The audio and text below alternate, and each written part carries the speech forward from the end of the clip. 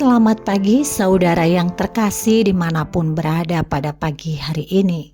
Salam damai sejahtera bagi kita sekalian. Pada pagi hari ini kita merenungkan kembali firman Tuhan yang terambil dari Yohanes pasal 6 ayatnya yang ke-54 sampai ayatnya yang ke-56. Begini firman Tuhan tertulis. Barang siapa makan dagingku dan minum darahku, ia mempunyai hidup yang kekal dan aku akan membangkitkan dia pada akhir zaman. Sebab dagingku adalah benar-benar makanan dan darahku adalah benar-benar minuman. Barang siapa makan dagingku dan minum darahku, ia tinggal di dalam aku dan aku di dalam dia. Saudara yang terkasih, tidak seorang pun dari antara kita merindukan kehidupan yang garing, tidak bergairah, membosankan, dan tidak bermakna. Kita semua pasti ingin bahagia. Kita semua ingin mengejar kebahagiaan, sukacita, kedamaian, dan kemakmuran.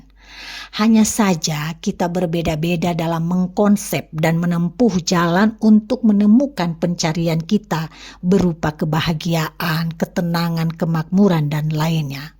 Akibatnya ketika kita menempuh jalan yang salah atau memiliki konsep yang salah dalam mencari pencarian kita justru dijauhkan dari kebahagiaan itu sendiri. Ya, ibarat makanan dan minuman. Kita lapar, kita merindukan kenyang. Namun apa yang kita makan tidak mengenyangkan. Dan ibarat kita haus, lalu kita merindukan air. Tapi apa yang kita minum tidak akan menghilangkan dahaga. Saudara, adakah makanan yang benar-benar menyegarkan dan mengenyangkan? Ya, ada. Yesus pernah menyatakannya. Barang siapa makan dagingku dan minum darahku, ia mempunyai hidup yang kekal dan aku akan membangkitkan dia pada akhir zaman. Saudara yang terkasih, kata-kata ini rasanya tidak dapat dipercaya. Apa artinya? Bagi orang Israel, daging dan darah seseorang sama dengan pribadi orang itu seutuhnya. Kalau Yesus memisahkan daging dan darah, ia menunjukkan kematiannya. Ia datang sebagai anak domba Allah yang akan memberikan dirinya menjadi korban Paskah. Yesus menawarkan kepada kita suatu relasi yang baru dengan dirinya, yang amat sangat pribadi dan begitu dekat.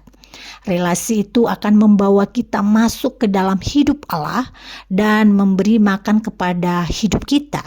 Relasi ini akan membuat kita tinggal dalam Yesus dan Yesus tinggal dalam diri kita. Saudara yang terkasih, membiarkan Yesus tinggal dalam diri kita berarti bahwa kita sudah membersihkan rumah berupa hati kita untuk memberikan ruang baginya sehingga ia dapat tinggal di dalam diri kita. Kita tidak dipenuhi oleh diri kita sendiri, dalam arti kita tidak dipenuhi oleh keinginan egosentrisme kita sendiri karena kita telah memberikan ruang bagi Sang Roti Hidup. Jadi apapun tawaran yang menggiurkan, jika roti hidup itu sudah mengenyangkan, maka sulit untuk menampungnya lagi. Dengan demikian, menyantap roti hidup yaitu Yesus Kristus berarti saya dan saudara bersedia memberi ruang hati kita untuk dipenuhi olehnya. Disinilah kita tidak lagi dipenuhi oleh diri kita sendiri. Di sini kita bakal menemukan kegembiraan dengan berada dan hidup bersama Yesus. Namun menikmati roti dan air hidup dari Yesus membuat kita tidak hidup untuk diri sendiri. Kita akan dipuaskan dan merasa cukup dengan apa yang Tuhan berikan kepada kita. Kita akan bersyukur dan tidak menjadi orang-orang yang selalu lapar dan dahaga dengan keinginan-keinginan duniawi kita. Bahkan dengan makan roti dan air hidup itu, hidup kita diubahnya untuk menjadi berkat bagi orang lain. Air hidup itu akan mengalir dalam diri kita menjadi berkat yang menyegarkan bagi orang-orang yang ada di sekitar kita. Meski dunia ini memuja kekayaan dan kekuasaan, namun percayalah saudaraku, ketika kita makan makanan dan minum minuman yang sejati, tidak akan haus tentang keinginan duniawi yang tidak akan pernah habis itu lagi.